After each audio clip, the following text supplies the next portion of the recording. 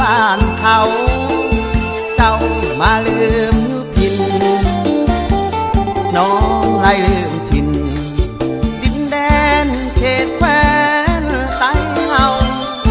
ไอ้หนุ่มกระเดอ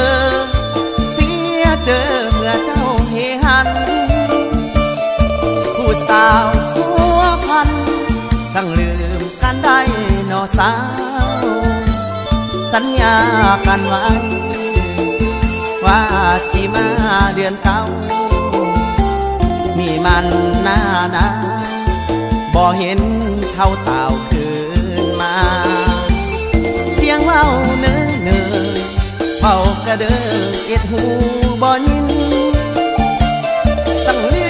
มอยู่พินเหมือนงัวลืมตีนการดา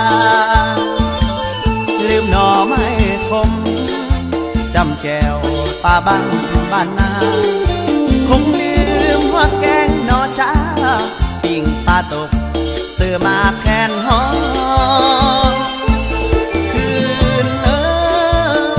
คืนมาบ้านเฮาเนื้อสาวคืนมากินข้าวไก่น้อยทั้งแซ่บทั้งหอมกับนางแซ่เพียมากินแกงมากกระดองคืนมาว่าแค่หันปอมไอ้พร้อมหักตายซ้ำ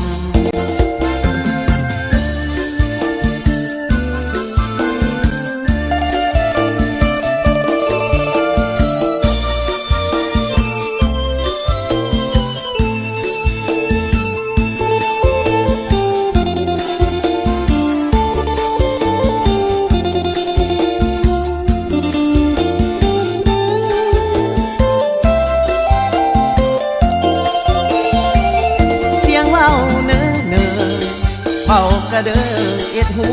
บ่ยินสั่งลืมอยู่พินเหมือนงัวลืมตีนการดาลืมหน่อไม้คม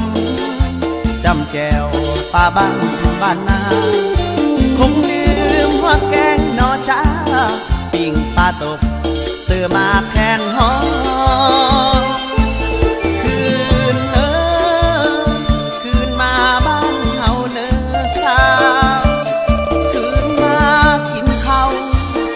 น้อยทั้งแซ่บทั้งหอมกับนางแซ่เพียมากินแกงมากกระดอง